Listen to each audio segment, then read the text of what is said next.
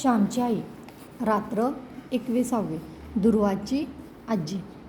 आमच्या घरी आमची एक दूरची आजी राहत असे. तिचे नाव द्वारका काकू. आमचे वडील वेगळे झाले तेव्हा ती वडिलांकडे राहावयास आली. तिचे शेतभात होते, त्याची व्यवस्था वडील बघत.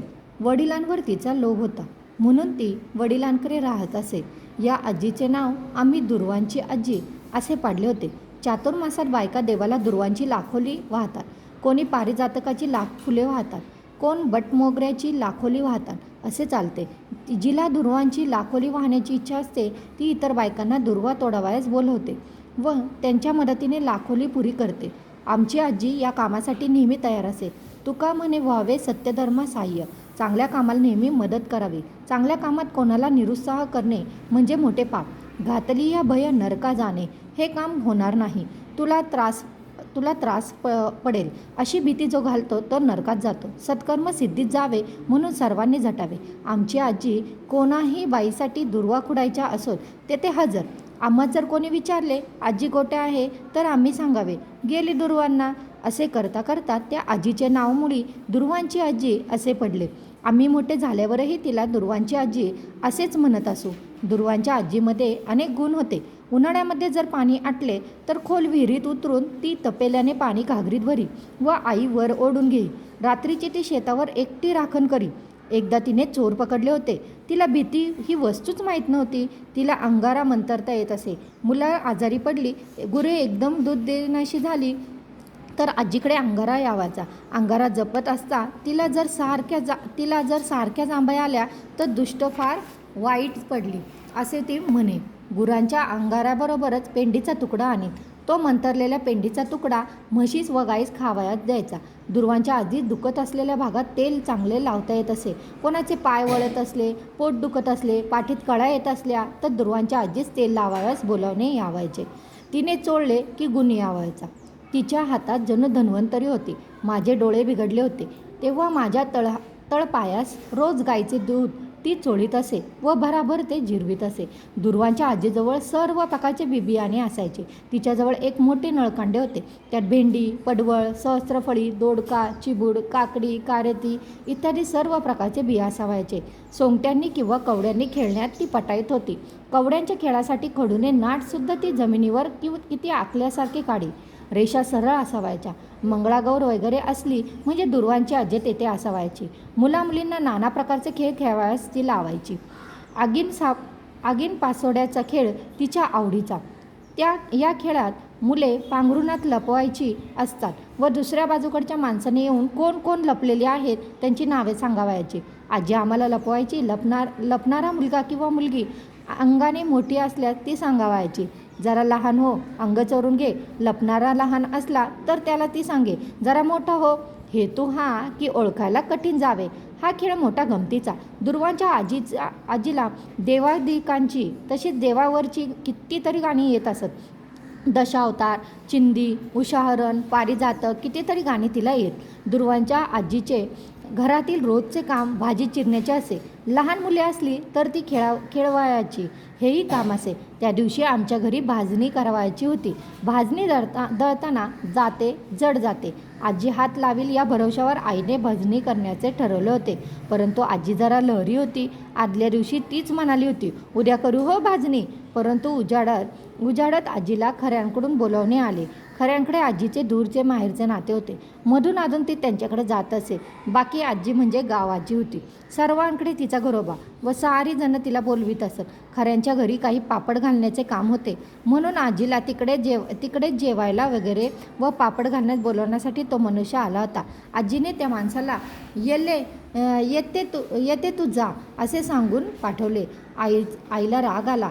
आता भाजणी कशी होणार? जाते कसे मी ती एकटी ओढणार? आई आजीला म्हणाली, तुम्ही जाणार, येथे भाजणी कशी होईल? मी काय पत्कर घेतला आहे की काय तुझ्या कामाचा? वाग म्हणे भाजणी कशी होईल? माझ्याने नाही ओढवत जाते, समजलीस? आजी मोठ्याने बोलू लागली. आईलाही चेव आला. संतापली ती. म्हणे ओढवत नाही. तुम्हाला लोकांकडे काम करायला शक्ती आहे. घरी तेवढे हात मोडतात. साऱ्या गावाने चांगले म्हणायला हवे ना. परंतु येथे हात लावतील तर शपथ. येथे काम कराल तर बाटल जशा. येथे जरा हात लावायला हात दुखतात. येते घरी आई ग बया ग, परंतु लोकांकडे उभे राहून पोहे कांडाल व कमरेवर हंडे घेऊन पाणी भराल. ढोंग आहे सारे तुमचे, ढोंग. हो, करणार आहे लोकांकडे काम, करणार. तू तू कोण मला बोलणार? मी का तुझ्या घरचे खाते? माझे शेत आहे, तू मला यशोदे असे बोलत जाऊ नकोस. ते माझ्या कामं येणार नाही म्हणे. लोकांकडे कामं करतात. तुम्हाला असतील लोक, मला नाही कुणी लोक. जशी तुम्ही तशीच खऱ्यांकडची ही ढोंगी. कोणाला का म्हणतेस ढोंगी? असले नव्हते बाई कधीच कोणाचे ऐकून घेतले बोलणे. फारच शेपरलीस तू. आजी भांडू लागली. मग काल कशाला सांगितले उद्या करू भाजणी म्हणून? मी तयारी केली, जाते धुवून ठेवले, परंतु आयत्या वेळी तुम्ही तुमचा पाय असला आपला तिसरीकडेच.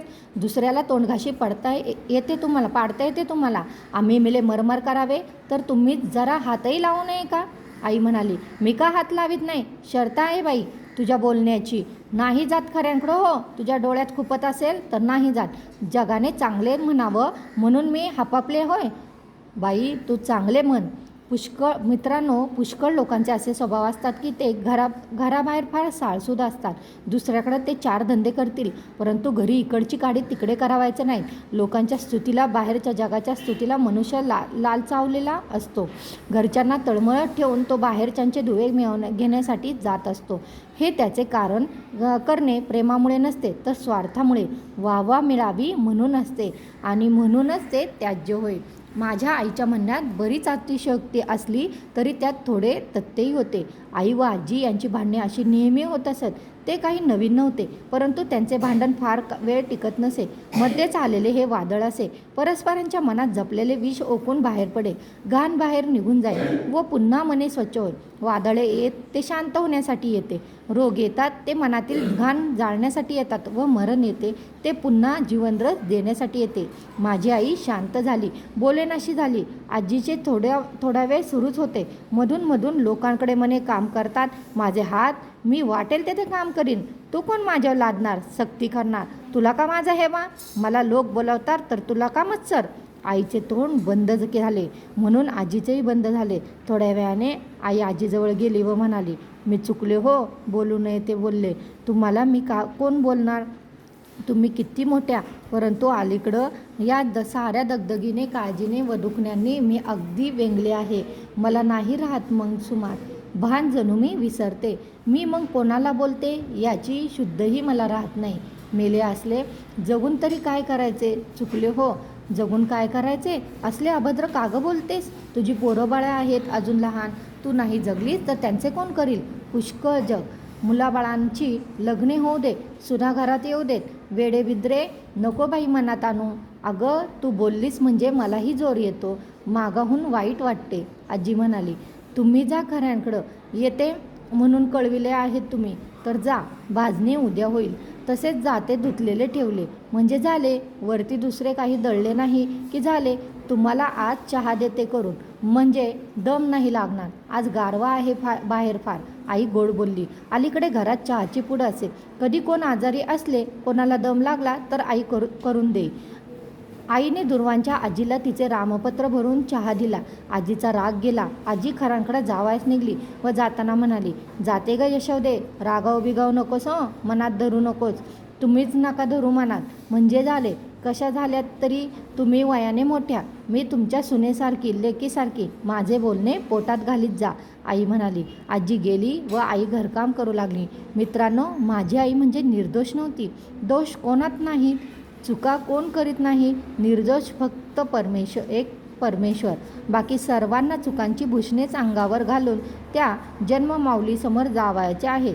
चुका हे मानवाचे भूषण व क्षमा हे देवाचे भूषण. माझी आई चुका करी पण सावरून घेई.